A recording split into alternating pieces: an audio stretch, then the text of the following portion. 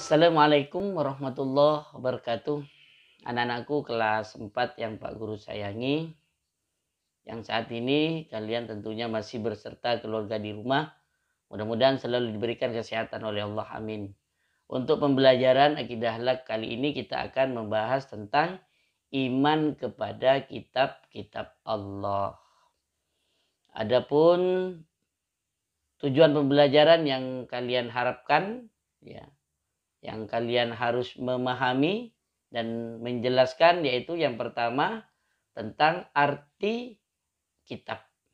Kemudian kalian dapat menjelaskan, menyebutkan beberapa kitab yang wajib diketahui beserta Nabi dan Rasul yang menerimanya.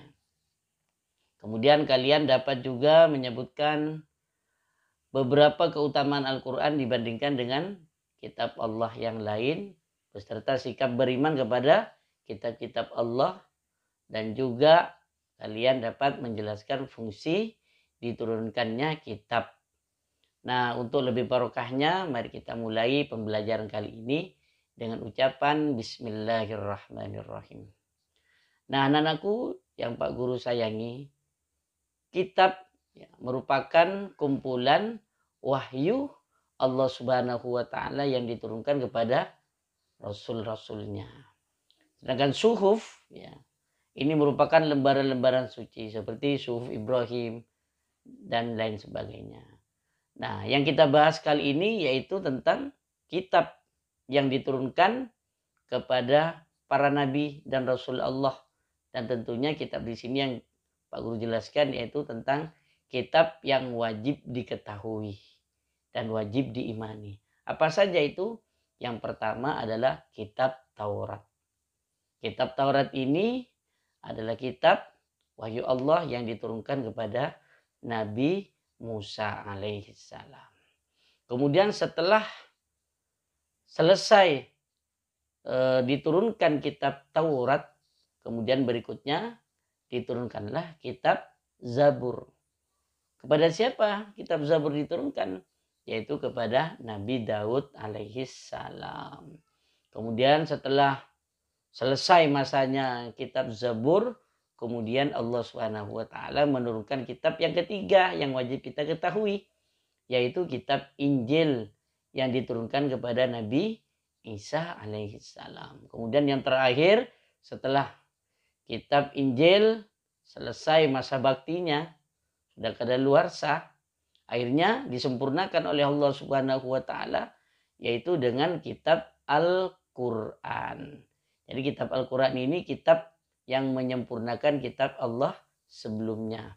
Kitab Al-Quran ini merupakan kitab yang diturunkan kepada baginda Kanjeng Nabi Muhammad SAW, yaitu sejak pada malam tanggal 17 Ramadan, yang ditulis yaitu di dalam Al-Quran surat Al-Alaq, Iqra bismi rabbikal ladzi khalaq. Nah, anak-anakku yang Pak Guru sayangi, ketahuilah bahwa kitab Al-Quran banyak nama-namanya. Di antaranya yaitu kitab disebut dengan Kitabullah, disebut dengan Al-Furqan, yaitu pembeda antara hak dan batil. Az-Zikir atau dikenal dengan peringatan. Ada juga disebut dengan Al-Huda, yang dimaksud dengan itu petunjuk Allah. Dan juga Syifa, itu sebagai obat dari segala macam penyakit.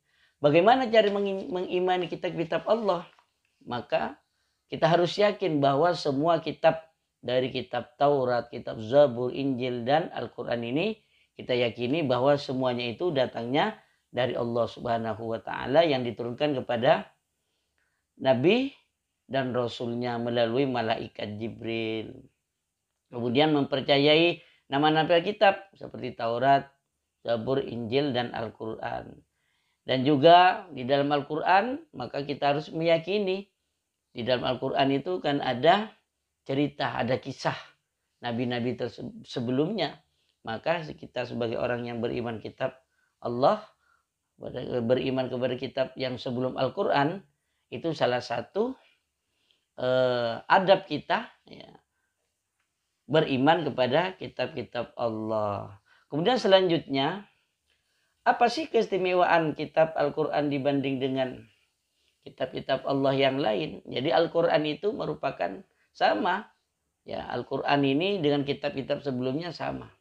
Dengan Injil, dengan Taurat, dengan Zabur sama. Cuman bedanya kalau Al-Quran itu diturunkan secara berangsur-angsur.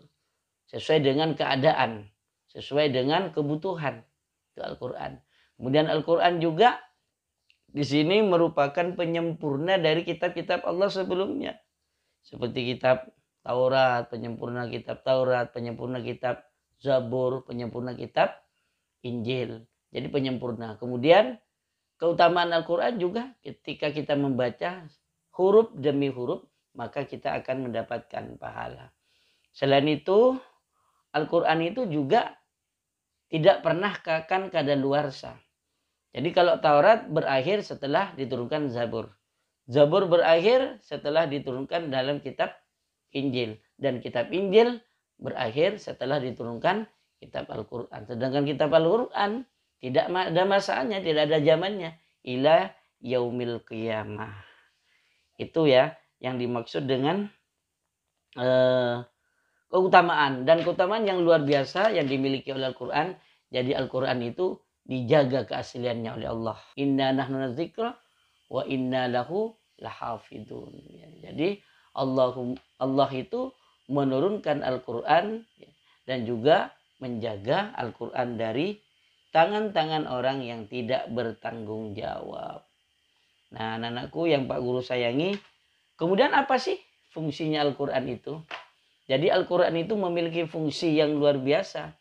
Di antaranya adalah yang pertama, yang paling utama, yaitu sebagai pedoman hidup. Jadi Al-Quran itu, ya, kitab itu diturunkan sebagai pedoman hidup. Kemudian kitab itu juga dijadikan pedoman bagi kita untuk menambah ilmu pengetahuan. Jadi semua ilmu pengetahuan yang ada di alam semesta ini tidak lepas di dalam kitab-kitab Allah. Selain juga sebagai pedoman hidup, ya. Jadi untuk menambah ilmu pengetahuan baik ilmu agama ataupun ilmu umum. Dan juga menambah toleransi karena di dalam kitab itu ada ajaran bagaimana kita harus saling bersama, saling rukun, saling nasihat menasehati, saling tolong menolong. Di dalam kitab itu diajarkan bagaimana kita bersosialisasi dengan yang lain. Dan juga untuk mempertebal keimanan dan meyakinkan bahwa Baginda Kanjeng Nabi Muhammad SAW benar-benar mendapatkan tugas dari Allah Subhanahu wa Ta'ala. Sebagaimana yang diturunkan dalam surat Al-Alaq. Ya, ini sebagai bukti bahwa Nabi Muhammad adalah Nabi dan Rasul Allah yang diutus untuk umatnya. Yaitu untuk menyempurnakan akhlak.